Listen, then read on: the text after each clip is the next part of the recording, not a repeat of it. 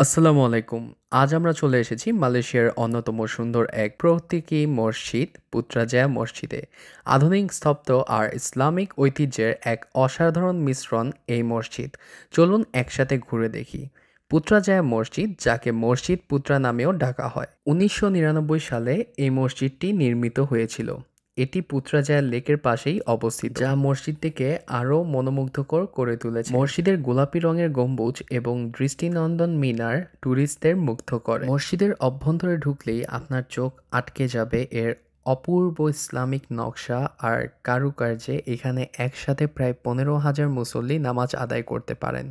Marble পাথর, calligraphy আর জ্যামিতিক ডিজাইনে পুরো পরিবেশকে আরও শান্তিময় করে তুলেছে। আজকে ঈদ উল ফিতরের নামাজটা আমরা পুত্রাজায়া মসজিদেই পড়েছি। আমার কাছে খুবই শান্তি লাগছে, আর মনে হইতেছিল যে আমি সৌদি আরবে কোনো এক মসজিদে নামাজ পড়তেছি। মানে এত শান্তিপূর্ণ জায়গা। আর এই মসজিদের আরেকটা গুরুত্বপূর্ণ জিনিস হচ্ছে, এখানে শুধু মুসলিমরা না, এখানে চাইলে অন্য ধর্মের লোকজন এসেও কিন্তু মসজিদটাকে কিন্তু ভিজিট করতে পারবে। সো এখন আপনারা বলতে পারেন যে অন্য ধর্মের মানুষরা তো অনেক সময় ওয়েস্টার্ন পরে কিংবা শর্ট ড্রেস পরে।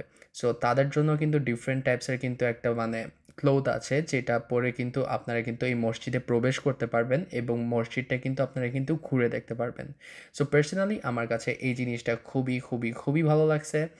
সো আপনারা যারা আসলে মালয়েশিয়ায় আসবেন, আমি ডেফিনেটলি বলবো যে এই মসজিদটা একবার ভিজিট করবেন, বিকজ এই মসজিদে একবার আসলে আপনার মন শান্তি হতে বাধ্য হবে। মনে যতই কষ্ট থাকুক না কেন, মসজিদে গেলে কিন্তু মনটা কিন্তু শান্তি হয়ে যায়। মসজিদ থেকে বের হলেই দেখতে পাবেন পুত্রাজায়া লেকের অসম্ভব সুন্দর দৃশ্য। চারপাশে নির্মল পরিবেশ, ঠান্ডা বাতাস আপনার শরীরকে শিহরিত করবে।